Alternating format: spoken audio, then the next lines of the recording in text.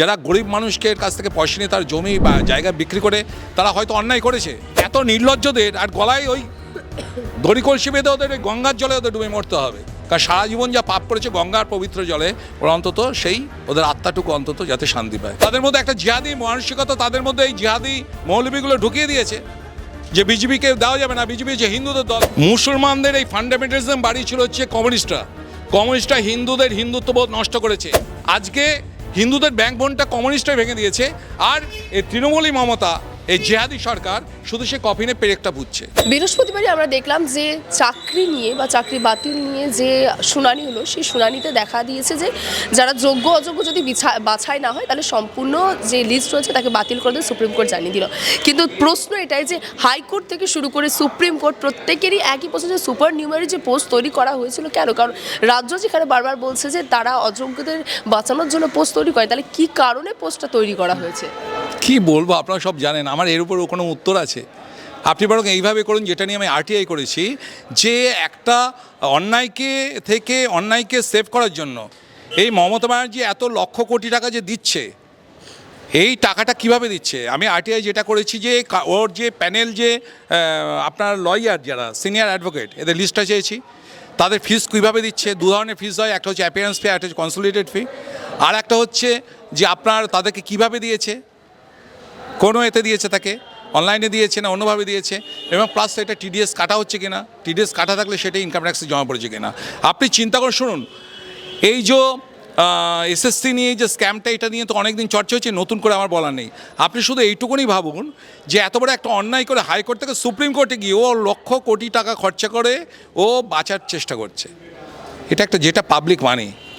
এখনো পর্যন্ত কোনো রকম কোনো ওয়েমারশিপ নেই, তাহলে যোগ্য অযোগ্য বাছাই করতে হবে। একদিকে রাজ্য বলছে 5,000 সামথিং অযোগ্য, অন্যদিকে যে তদন্তকারী সংস্থা বলছে 8,000।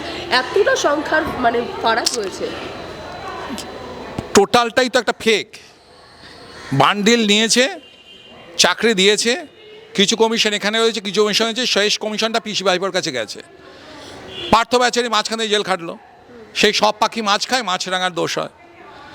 তো কিছুই এই যে আজকে যে একটা যার মাথার উপরে যে হেড, তার যার ফেক ডক্টরেট ডিগ্রি রয়েছে, যার ভাইপোর একটা ফেক MBA রয়েছে আনরিকগনাইজড, তো তারা তো শিক্ষা ব্যবস্থাকে পুরো শেষ করে দেওয়ার জন্য আর নিজেদের পকেট বানানোর জন্য সিস্টেমটা করবেই।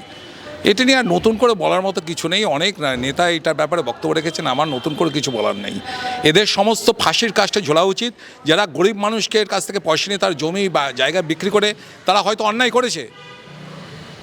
করেছে যে না, আমি চাকরি না দেয় নেতাকে ধরে আমি টাকাটা দিচ্ছি, কিন্তু যারা এই টাকাটা নিয়েছে তারা তো সর্বশান্ত হয়ে গেছে, তারা তো চাকরি পেল না, ধরে সব বাতিল হয়ে গেল, তারা তো সর্বশান্ত হয়েছে। এবার তাদের হাতে আইন তুলে নেওয়া উচিত, রাষ্ট্র যদি না তাদের বিচার করে, যে টাকা নিয়েছে তাদের হাতে আইন তুলে নেওয়া উচিত, টাকা ফেরত দিতে হবে, নইলে তাদেরকে যা করা তারা করা উচিত। এটা আমার পার্সোনাল ওপিনিয়ন, আমি হলো অন্তত তাই করতাম। আচ্ছা, ইতিমধ্যে আমরা দেখলাম যে চাকরি বাতিল মামলায় যেমন একদিকে রায় চলছে, অন্যদিকে সিবিআইয়ের তরফ থেকে আরও একটি বিষয় জানানো হয়েছে যে নিয়োগ দুর্নীতি মামলায় ইডির যে পঞ্চম অতিরিক্ত চার্জশিট, লিপস অ্যান্ড বাউন্স সংস্থাকে অভিযুক্ত দেখানো হয়েছে, এবং সেই অভিযুক্তরই আমরা জানি যে ডিরেক্টর হিসেবে ছিলেন তৃণমূল নেতা অভিষেক বন্দ্যোপাধ্যায়, তার নামও রয়েছে। আপনি এখন লিপস অ্যান্ড বাউন্স নিয়ে আপনার মিডিয়া এখন কপচাচ্ছেন। 2014-এ আমি যখন ওর বিরুদ্ধে ছিলাম, তখন আমি লিপস অ্যান্ড বাউন্স নিয়ে প্রচুর স্ট্রিট মিটিং করেছি। আমি যেহেতু মিডিয়া টাইগার নয়, মিডিয়াতে আসিনি, তাই আপনারা কেউ জানেন না। আমার কাছে গেলে আমি প্রচুর তথ্য দিয়ে দেবো। ইভেন অভিষেক ব্যানার্জি আমাকে দামানোর জন্য যে পুরো ডায়মন্ড হারবারের মধ্যে আমার বাড়ির 300 মিটার আগে যে বিল্ডিংটাতে ও সায়েন্টিস্ট সোসাইটি দিনে রাখতো, সৈকত মোল্লার লোকাদিনে, যেটা ওর MP অফিস, ওইটা হচ্ছে লিপস অ্যান্ড বাউন্সের অফিস, যেটা ইডি সিজ করে গেছে। সে সিল খুলে ও এখানে প্রতিনিয়ত বসে।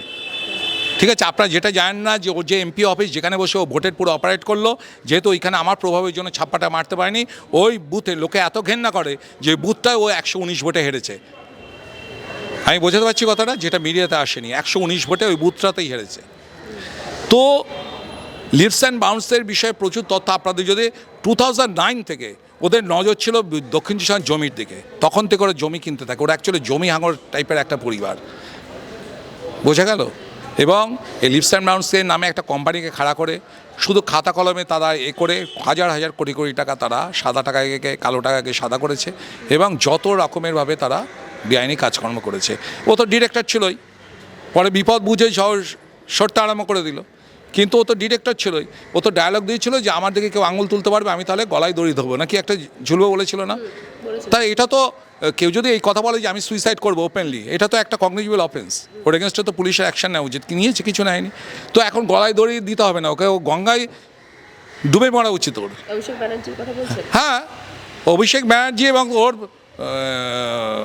পিসির দুজনেরই যে বলে আমি সততার প্রতীক, সেই বৈষ্ণব পদাবলিতে একটা দোহা আছে না, যে লাজ নাই রে নীলাজ বধূ লজ্জা নাই রে তোর, গলায় দড়ি কলসি বাইন্ধা জলে ডুববা মর। তা এত নির্লজ্জদের আর গলায় ওই দড়ি কলসি বেঁধে ওদের ওই গঙ্গার জলে ওদের ডুবে মরতে হবে, কারণ সারা জীবন যা পাপ করেছে গঙ্গার পবিত্র জলে, ওরা অন্তত সেই ওদের আত্মাটুকু অন্তত যাতে শান্তি পায়। আমরা ইতিমধ্যে গতকালে একবার যে সমাবেশ হচ্ছিল তৃণমূলের তরফ থেকে, সেই সমাবেশের দিকে নজর রাখবো যে ওয়াকফ বোর্ড নিয়ে রানী রাসমণির সম্মেলনে সাধুরা আসেন, সেখানে তাদের সংখ্যালঘু সম্প্রদায় তো আসেনি এবং সাধুরাও আসেন কয়েকজন, কিন্তু বিষয়টা হচ্ছে হিন্দু মুসলিমের মধ্যে সম্প্রীতির বার্তা ছড়াতে তারা এসেছিলেন, এমনটা ফিরহাদ হাকিম তিনি নিজেই বলেন। কিন্তু দেখা গেল যে যারা এসেছেন তারা কোথায় এসেছেন, কী কারণে এসেছেন তারা নিজস্বই জানে না। মমতা ব্যানার্জি নিজে একটা বকধার্মিক, ও সাঙ্গাবাগলে সেরকম বকধার্মিক, আসলে ভেতরে রয়েছে সব জিহাদি মানসিকতা।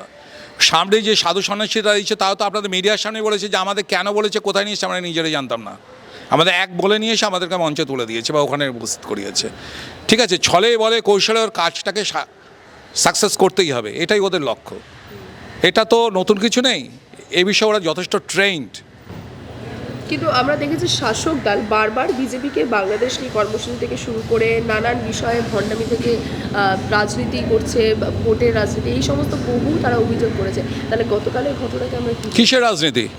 বাংলাদেশে হিন্দুদের যে অত্যাচার করছে এটা কি নতুন কিছু? আর বিজেপি ছাড়া কোনো দল সেরকম ভয়েস তুলেছে? কমিউনিস্টদের কোনো আছে যে কমিউনিস্টরা ইরাককে আমেরিকা আক্রমণ করলো কিনা, গাজাতে প্যালেস্টাইনে ইসরায়েল হামলা করলো কিনা, যারা মিছিল বার করে তারা কোনো কিছু করেছে? হ্যাঁ, তো হিন্দুদের জন্য অবশ্যই বিজেপি আছে, এই ইলেকশনই প্রমাণ। মুসলিম এরিয়া থেকে বিজেপি ভোট পেয়েছে, সব থেকে বেশি উপকার পেয়েছে মোদিজি আসার পর প্রধানমন্ত্রী আবাস যোজনা, উজ্জ্বলা গ্যাস যোজনা, মুদ্রা গ্যাস যোজনায়। আমার কাছে সব স্ট্যাটিস্টিক্স আছে, 33% মুসলিম হওয়ার সত্ত্বেও 67% তারা উপকার পেয়ে গেছে, তা সত্ত্বেও তারা বিজেপিকে ভোট দেয়নি। তাদের মধ্যে একটা জিহাদি মানসিকতা, তাদের মধ্যে এই জিহাদি মৌলবীগুলো ঢুকিয়ে দিয়েছে যে বিজেপিকে দেওয়া যাবে না, বিজেপি হচ্ছে হিন্দুদের দল। তা যাকে তারা বলছে হিন্দুদের দল, তা হিন্দুদের হয়তো তাদের লড়বেই। আজকে এই ওয়েস্ট বেঙ্গলের 70% হিন্দু, তাদেরই এখন নাবিশ্বাস উঠে যাচ্ছে এই জিহাদি অত্যাচারে। গ্রামে গঞ্জের দিকে দেখছেন, আজকে হিন্দুরা ঘরবাড়ি বিক্রি করে দিয়ে পুরো এথনিক ক্লিনজিং হচ্ছে একটা খুব মানে প্ল্যান মাফিক, তা সমস্ত শহরে ঢুকে পড়ছে। আমি নিজে খোদ দক্ষিণ চব্বিশ ছেলে, 1981 সালে ওখানে হিন্দু সংখ্যা ছিল 74.82%। আজকে 2011 সেন্সাস রিপোর্টে ওখানে হিন্দু সংখ্যা দাঁড়িয়েছে 63.81%। আজকে তারপরে 2021 ওখানটা কোনো সেন্সাস রিপোর্ট হয়নি, সেন্সাস হয়নি করোনার জন্য, আরও 3-4 বছর কেটে গেল। তাহলে এই 13-14 বছরে আরও হিন্দুর সংখ্যা 5-6% কমে গেছে। অর্থাৎ ওখানে দক্ষিণ চব্বিশ পরগনায় যেখানে হিন্দু ছিল 74.82%, সেখানে হিন্দু নেমে গেছে 56-7%। তাহলে 17-18% হিন্দু কোথায় গেল? মমতাজি জবাব দিতে পারবে না, কমিউনিস্টরা জবাব দিতে পারবে। 34 বছরে কমিউনিস্টদের রাজত্বে আর এই 13 বছরে তৃণমূলের রাজত্বে হিন্দুরা মোটামুটি ফিনিশিংয়ের জায়গায় যাচ্ছে। যে সবাই বলে না ববি হাকিম কী বললো, কিচ্ছু উল্টোপাল্টা বলেনি, ওরা ঠিক স্ট্রেট ওয়েতেই চলছে। আজকে যখন দেশটা ভাগায় 17% মুসলমান ছিল, আজকে অফিসিয়ালি 31%, আনঅফিসিয়ালি 36% মুসলমান হয়ে গেছে, বেশিরভাগই বাংলাদেশের। আমার দুঃখ লাগে কোথায় জানেন? এখানকার মুসলমানদের কথা ভেবে, যে আজকে যখন দেশটা 3টে ভাগ হলো, তখন কি হলো? জিন্না বলল হিন্দুরা হচ্ছে খতরনাক জাতি, হিন্দুদের কাছে মুসলমানরা থাকতে পারবে না, দেশটা আমার আলাদা চাই। দেশটা ভাগ করলো, তা মুসলমানরা সব বাংলাদেশে পাকিস্তানে চলে গেল। যেসব মুসলমানরা এই দেশটাকে তাদের মা বলে মনে করতো, না আমরা হিন্দুদের সঙ্গে আমরা সহাবস্থানে থাকবো, এই দেশ আমার মা, তার রয়ে গেল। কিন্তু যারা বাংলাদেশের পাকিস্তানে যেসব মুসলমান চলে গিয়েছিল, তারা কি একবারও এখানকার মুসলমানদের কথা ভেবেছিল যে আজকে আমরা যে ওই খতরনাক হিন্দুদের কাছে আমরা এই মুসলমানদের ছেড়ে যাচ্ছি? একবারও ভাবেনি। অর্থাৎ বাংলাদেশ আর পাকিস্তানের মুসলমানরা আমাদের এখানকার মুসলমানদের সঙ্গে গদ্দারি করেছিল। অর্থাৎ বাংলাদেশের মুসলমানরা এখানকার মুসলমানদের চোখে গদ্দার হওয়া উচিত। অথচ অদ্ভুত দেখা যাচ্ছে যে ওইখানকার মুসলমানরা যখনই এখানে ঢুকছে, তারা মুসলিম পাড়ায় গিয়ে থাকছে, তাদের সম্পর্কে ইনফরমেশন থানায় দেওয়া হচ্ছে না, তাদেরকে ভোটার কার্ডে সাহায্য করছে, আধার কার্ডে সাহায্য করছে, পাসপোর্ট নিতে সাহায্য করছে। কেননা ওরা আমাদের জাত ভাই। এই করে করে ভারতের যে সমস্ত মুসলমান রয়েছিল বা তাদের প্রয়োজনী যারা, তারা ভারতবর্ষের ডেমোগ্রাফি চেঞ্জ করে দিচ্ছে। তারা মনে করেছে এইটাকে দারুল ইসলামে পরিণত করবে এবং ডেভেলপমেন্টের গতিটাকে নষ্ট করে দিচ্ছে। কীরকম বিষয়টা? একটা দেশ হলো তিনটে টুকরো, প্রথমে দুটো টুকরো, আর একটা টুকরো, তারপরে দুটো টুকরো। তাহলে আমার তিনটে টুকরোই উপমহাদেশটা, ভারতীয় উপমহাদেশটা। একদিকে হচ্ছে হিন্দু মেজরিটি হচ্ছে ভারত, আরেকদিকে হচ্ছে মুসলিম মেজরিটি, একদিকে পাকিস্তান, একদিকে বাংলাদেশ। তাহলে যেখানে হিন্দু মেজরিটি ভারত পাঠাচ্ছে মঙ্গল গ্রহে মানুষ, আর মুসলিম মেজরিটি দুটো দেশ পাঠাচ্ছে আমাদের দেশে মানুষ, কি আজকে সেখানে লোকেরা খেতে পাচ্ছে না। খাওয়ার জ্বালায় হোক বা জিহাদি নেটওয়ার্কে কার্যক্রিয়াকলাপ বাড়ানোর জন্য তারা আমাদের দেশে উৎপাদ করছে। তাহলে এটা এখানকার মুসলমান সম্প্রদায়ের বোঝা উচিত নয় যে হিন্দু মেজরিটি থাকলে আজকে যে আমি বাইরের মুসলমানদের এনে এখানকে যে ঢোকাচ্ছি, রোহিঙ্গাদের ঢোকাচ্ছি, আজকে আমাদের এখানটা যখনই ডেভেলপমেন্ট হিন্দুরা সংখ্যা কমে যাবে, ডেভেলপমেন্টই হবে না। কিন্তু সেটা হচ্ছে কোথায়? এখনও দেখা যাচ্ছে বহু হিন্দু অনুষ্ঠান করতে গেলে মুসলিম মেজরিটি এলাকাগুলোতে তাদেরকে বিভিন্ন সমস্যার সম্মুখীন হতে হচ্ছে। মুসলমানদের এই ফান্ডামেন্টালিজম বাড়িয়েছিল হচ্ছে কমিউনিস্টরা হিন্দুদের হিন্দুত্ববোধ নষ্ট করেছে।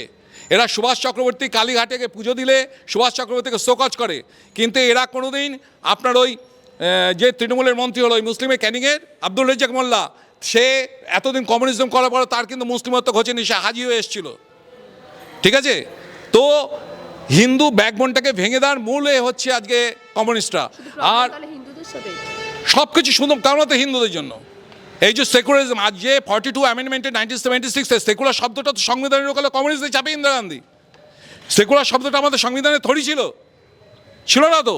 42 অ্যামেন্ডমেন্টে 1976 তো কমিউনিস্টদের চাপে করে ইন্দিরা গান্ধী এটা ঢোকালো। তো আজকে হিন্দুদের ব্যাকবোনটা কমিউনিস্টরা ভেঙে দিয়েছে, আর এই তৃণমূলী মমতা, এই জেহাদি সরকার শুধু সে কফিনে পেরেকটা পুঁতছে, এর বেশি আর কিছু নয়। বাংলা হান্টের আরও খবর দেখতে নজর রাখুন। বাংলা খবর মানেই বাংলা হান্ট।